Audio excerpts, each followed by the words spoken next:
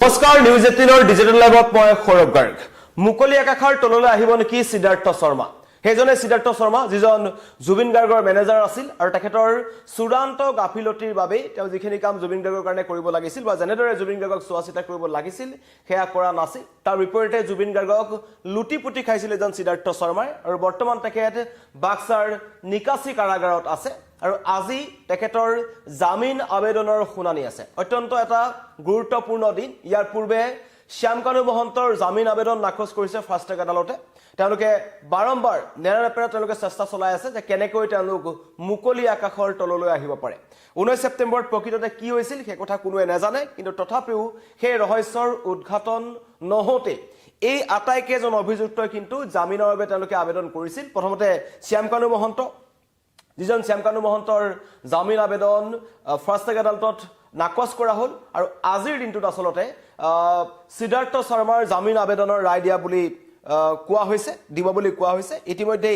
28 এপ্ৰিলত শুনানি সম্পন্ন হৈছিল আৰু 28 এপ্ৰিলত শুনানি সম্পন্ন হোৱাৰ পাছত আদালতে সেই ৰায় সংৰক্ষিত কৰি ৰাখিছিল আৰু আজি কেই ঘণ্টামানৰ পিছতে কিন্তু সিদ্ধাৰ্থ শৰ্মাৰ জামিন আবেদনৰ ৰায় দিব তাৰ কাৰণে লাখ লাখ জুবিন অনুৰাগী তথা জুবিন গাৰ্গৰ পৰিয়ালৰ চকু আছে আজি দিনটোৰ ওপৰত অত্যন্ত এটা গুৰুত্বপূৰ্ণ দিন হ'ব যিদৰে শ্যামকানু মহন্তই জামিন পোৱাটো কোনোৱে বিচাৰা নাছিল ঠিক একেদৰে জুবিন গাৰ্গৰ এই ৰহস্যজনক মৃত্যু বা মুখ্যমন্ত্ৰীয়ে কোৱাৰ দৰে হত্যাকাণ্ডৰ মূল অভিযুক্ত বুলি যিজনক ধৰা হৈছে এজন শ্যামকানু সিদ্ধাৰ্থ শৰ্মা এজন অন্যতম মূল অভিযুক্ত যিজন জুবিন গাৰ্গৰ মেনেজাৰ আছিল আৰু যেতিয়া এছআইটিয়ে তদন্ত কৰিছে তদন্তত কিছুমান ভয়ংকৰ তথ্য পোহৰলৈ আহিছে যে জুবিন গাৰ্গৰ কোটি কোটি টকা লুটি এজন সিদ্ধাৰ্থ শৰ্মাই নিজৰ ব্যৱসায় বাণিজ্যত তেখেতে সেই টকা তেওঁ লগাইছিল তেওঁ ইনভেষ্ট কৰিছিল তথা তেখেতৰ মাতৃ আৰু তেখেতৰ ভাতৃৰ একাউণ্টত কোটি কোটি টকা তেখেতে ৰাখিছিল আৰু লগতে নিজৰ পেয়সীক দামী দামী উপহাৰ দিছিল মানপৰাত তেওঁ ফ্লেট কিনিছিল অতি ৰহস্যজনক কথা যে কেইবছৰমান আগলৈকে যেতিয়া জুবিন গাৰ্গৰ সংস্পৰ্শলৈ প্ৰথমতে তেওঁ আহিছিল এজ এ মেনেজাৰ 2021 চনত তেখেতৰ স্যালাৰি আছিল মাত্ৰ 20000 টকা আৰু সেই সিদ্ধাৰ্থ শৰ্মা এতিয়া কোটিপতি মহাবীৰ একুৱাৰ দৰে ডাঙৰ পানীৰ কোম্পানীৰ তেখেত অংশীদাৰ স্বত্বাধিকাৰী অংশীদাৰ হয় আৰু এনেকৈ জুবিন গাৰ্গৰ টকা লুটিপুটি এজন সিদ্ধাৰ্থ শৰ্মাই কোটিপতি হৈছিল সেইজনৰ আজি জামিন আবেদনৰ ৰায় দিব কেই ঘণ্টামানৰ পাছতে চূড়ান্ত ৰায় দিব বিশেষ আদালতে ফাষ্ট ট্ৰেক আদালতৰ সমগ্ৰ ঘটনাটো চলি আছে আৰু এতিয়াও যে জুবিন গাৰ্গৰ পৰিয়ালৰ তৰফৰ পৰা কোৱা হৈছিল শ্যামকানু মহন্তৰ যেতিয়া জামিন নাকচ কৰা হল তেতিয়া গৰিমা শইকীয়া গাৰ্গে এটা কথা স্পষ্টকৈ কৈছিল যে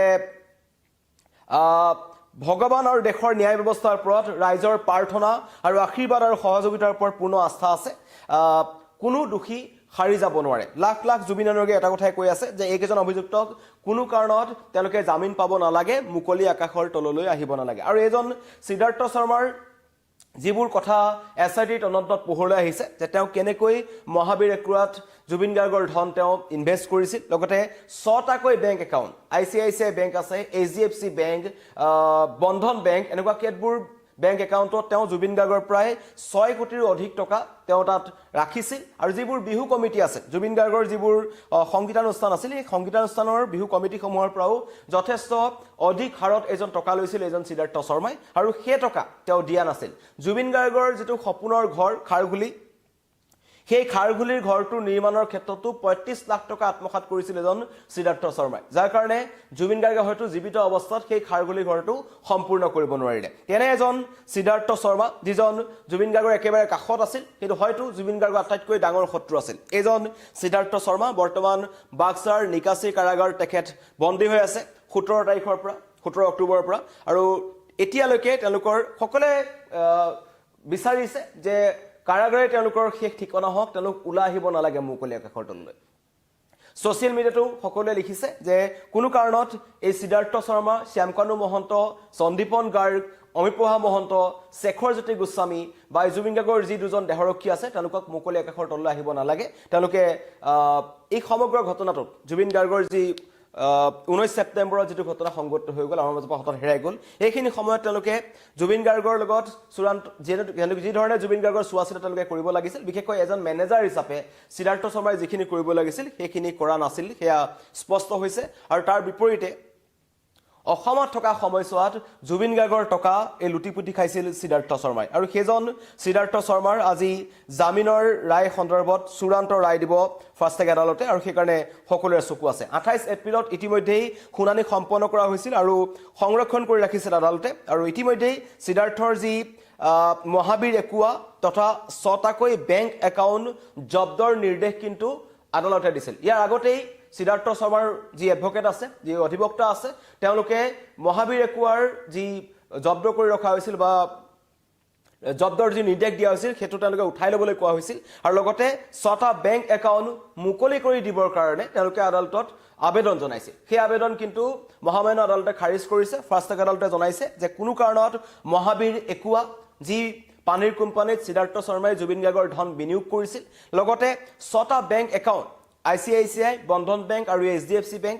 এইবোৰৰ যি একাউণ্ট আছে য'ত কোটি কোটি টকা আছে অন্য নালাগে সিদ্ধাৰ্থ শৰ্মাৰ মাকৰ একাউণ্টত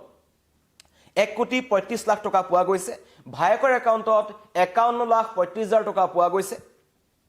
আৰু তেখেতৰ পেয়সীৰ একাউণ্টতো যথেষ্ট টকা পোৱা গৈছে মানপৰাত এটা ফ্লেট কিনিছিল জুবিন গাৰ্গে নিজে জীৱিত কালত নিজৰ খাৰঘুলি ঘৰটো তেওঁ নিৰ্মাণ কৰিব নোৱাৰিলে কিন্তু তেখেতৰ মেনেজাৰ সিদ্ধাৰ্থ শৰ্মাই মানপৰাত কিন্তু ফ্লেট কিনিলে আৰু সেই সকলো টকা জুবিন গাৰ্গৰ আছিল আৰু কোৱা হৈছিল ইতিমধ্যে যি SIT এটা কথা উল্লেখ কৰিছিল যে যি চাৰ্জশ্বিট দাখিল কৰিছিল তাত এটা কথা কৈছিল যে জুবিন গাৰ্গক টকাৰ কাৰণে হত্যা কৰা হ'ল পৰিকল্পিতভাৱে হত্যা কৰা হ'ল জুবিন গাৰ্গৰ টকা লুটিপুটি একাংশই খাইছিল আৰু শেহতীয়াকৈ যি ৰৈ ৰৈ বিনালে যিখন সিনেমা জুবিন গাৰ্গৰ শেষৰ সিনেমা যিখন ৰিলিজ হৈছিল সেইখনৰ শ্বুটিঙৰ সময়তো সিদ্ধাৰ্থ শৰ্মাৰ সৈতে জুবিন গাৰ্গৰ কিছু মতানৈক্য হৈছিল জুবিন গাৰ্গে টকাৰ হিচাপ বিচাৰিছিল সিদ্ধাৰ্থ শৰ্মাৰ পৰা আৰু সেই হিচাপ হয়তো সিদ্ধাৰ্থ শৰ্মাই দিব পৰা নাছিল তাকে লৈ কিন্তু তেওঁলোকৰ মাজত মনোমালিন্য হোৱা বুলি একাংশই ক'ব বিচাৰিছে জুবিন গাৰ্গৰ যি ঘনিষ্ঠ একাংশ আছিল আৰু তাৰ কাৰণেই জুবিন গাৰ্গক সিদ্ধাৰ্থ শৰ্মা এণ্ড কোম্পানীয়ে পৰিকল্পিতভাৱে হত্যা কৰিলে নেকি এয়া হৈছে সকলোৰে মনত প্ৰশ্ন আৰু সকলোৱে কৈছে যে এওঁলোকক কঠোৰৰ পৰা কঠোৰ শাস্তি প্ৰদান কৰিব লাগে সকলোৱে কৈ আছে সমগ্ৰ অসমবাসী ৰাইজে কৈ আছে কাৰণ এই 19 ছেপ্টেম্বৰৰ পৰা আজিৰ দিনটোলৈকে এই মুহূৰ্তলৈকে সকলোৱে #জাষ্টিছ ফৰ জুবিন গাৰ্গ দেখি আছে যিসকল জুবিন গাৰ্গৰ প্ৰকৃত অনুৰাগী ছ'চিয়েল মিডিয়াত সেই ধাৰা অব্যাহত আছে কোনোবা মানুহে যেতিয়াই ক'ৰবাত লগ পাইছে সংবাদ মাধ্যমৰ সৈতে কথা পাতিছে বা ছ'চিয়েল মিডিয়াত নিজৰ মতামত ব্যক্ত কৰিছে তাত সকলোৱে এটা কথা কৈছে যে জুবিন গাৰ্গৰ